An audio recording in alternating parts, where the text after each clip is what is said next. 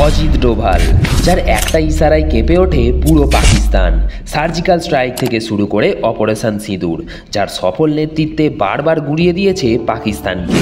আর এই মানুষটার নামই হলো অজিত ডোভাল। টানা 7 বছর আন্ডার কভারেজ হয়েছিলেন পাকিস্তানে। হ্যাঁ, পাকিস্তানের কাছে তিনি এক আতঙ্কের নাম। বছর বছর ধরে ভারতের সুরক্ষায় তার কাছে প্রথম এবং একমাত্র প্রায়োরিটি। কখনো মুসলিম সেজে পাকিস্তানে হোক, আবার কখনো সন্ত্রাসবাদী সেজে বন্ধুত্বের মাধ্যমে শত্রুপক্ষের সমস্ত কৌশল জেনে নেওয়া। এই সবেতেই তিনি সফল। কখনো রিস্কাওয়ালা, তো কখনো আবার মুচি, আবার কখনো পাকিস্তানের ভিখারি হয়ে পাকিস্তানেই থেকে যাওয়া। 80 বছর বয়সী এই মানুষটার কথা ভেবে পাকিস্তানের এখনও ঘুম উড়ে যায়। ভারতের সিকিউরিটি অ্যাডভাইজার পদ সামলাচ্ছেন তিনি।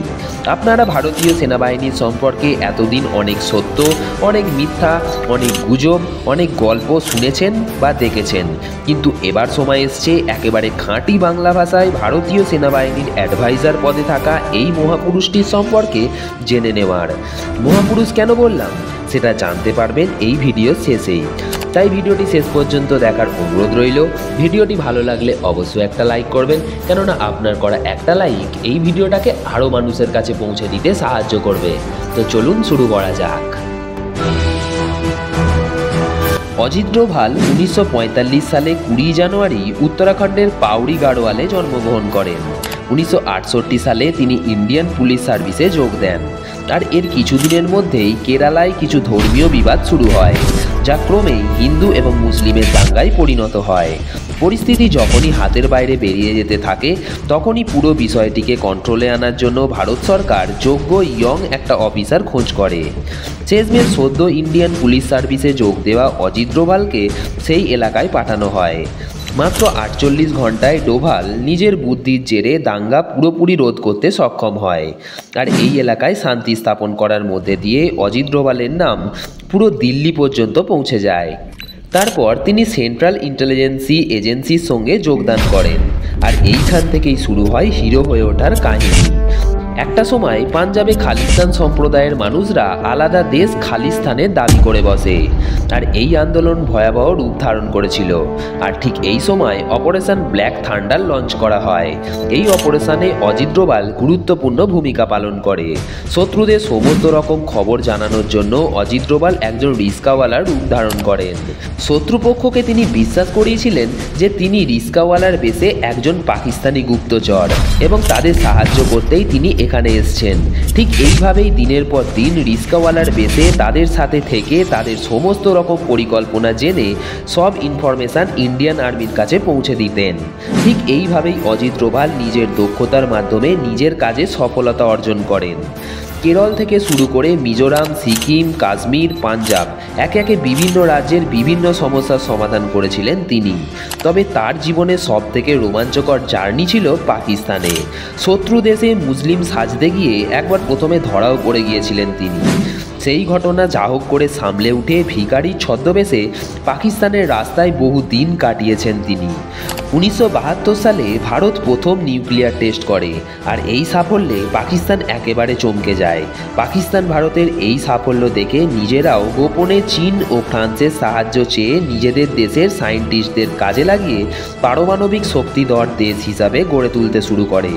পাকিস্তানের ভারত বিরোধী এই মুভমেন্টের কথা জানতে পেরে ফ্রান্স তৎক্ষণাৎ পাকিস্তানের পাশ থেকে সরে যায়, কিন্তু চীন পাকিস্তানকে সাহায্য করতেই থাকে। ঠিক এই খবর যখনই ভারতের কাছে পৌঁছায়, তখন ভারতের তৎকালীন প্রধানমন্ত্রী ইন্দিরা গান্ধী পাকিস্তানের সমস্ত গতিবিধি নজর রাখার জন্য অজিত ডোভালকে পাকিস্তানে পাঠায়। একজন ভিখারির রূপ নিয়ে ডোভাল পৌঁছে যায় পাকিস্তানের মাটিতে। ডোভালের কাছে খবর ছিল এই এলাকায় অবস্থিত খান ইনস্টিটিউটে নিউক্লিয়ার বোম তৈরির প্রস্তুতি চলছে।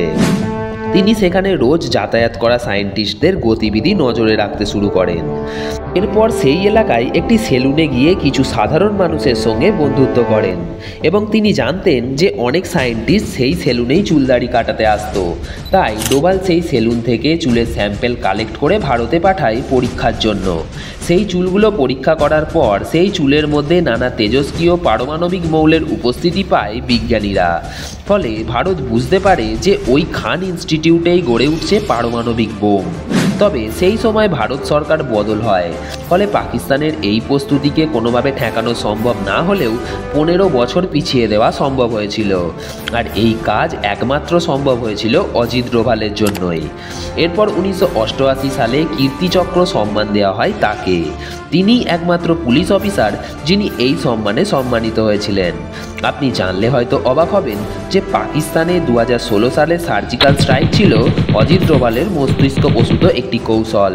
ভারতীয় নেভি, এয়ারফোর্স, আর্মির প্রধান এবং প্রধানমন্ত্রী নরেন্দ্র মোদী সহ 2019 সালে বালাকোটের বিমান হামলার সম্পর্কে জানতেন এমন 7 জন ব্যক্তির মধ্যে ডোভাল ছিলেন একজন।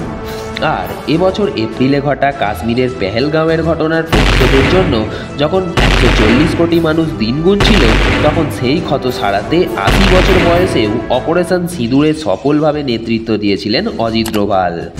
একটা সময় তিনি পাকিস্তানকে বলেছিলেন, নিউক্লিয় বোমের হুমকি দেখাতে এসো না, যদি সত্যি তোমাদের ক্ষমতা থাকে তাহলে নিক্ষেপ করে দেখাও, আমরাও তৈরি আছি। কিন্তু এটাও মাথায় রেখো, তার কিছুদিনের মধ্যে পৃথিবীর মানচিত্র থেকে গোটা পাকিস্তান নিশ্চিহ্ন হয়ে যাবে। হ্যাঁ, এটাই অজিত ডোভাল। 80 বছর বয়সেও শত্রুপক্ষের সঙ্গে চোখে চোখ রেখে দেশকে নেতৃত্ব দেওয়া কাকে বলে পরবর্তী প্রজন্মকে শেখাচ্ছেন তিনি। ভিডিও শুরুতে তার নামের সাথে মহামানব শব্দটি কেন জুড়েছিলাম তার উত্তরটা আপনি হয়তো পেয়ে গেছেন। ভিডিওটি আপনার কেমন লাগলো তা অবশ্যই কমেন্ট করে জানাবেন। ইন্ডিয়ান স্পেশাল ফোর্স সম্পর্কে জানতে এন্ড স্ক্রিনে দেওয়া এই ভিডিওটি দেখে আসতে পারেন। চ্যানেলে নতুন হয়ে থাকলে চ্যানেলটিকে সাবস্ক্রাইব করে পাশের বেল আইকনটি ক্লিক করতে ভুলবেন না পরবর্তী ভিডিওর নোটিফিকেশান পাওয়ার জন্য।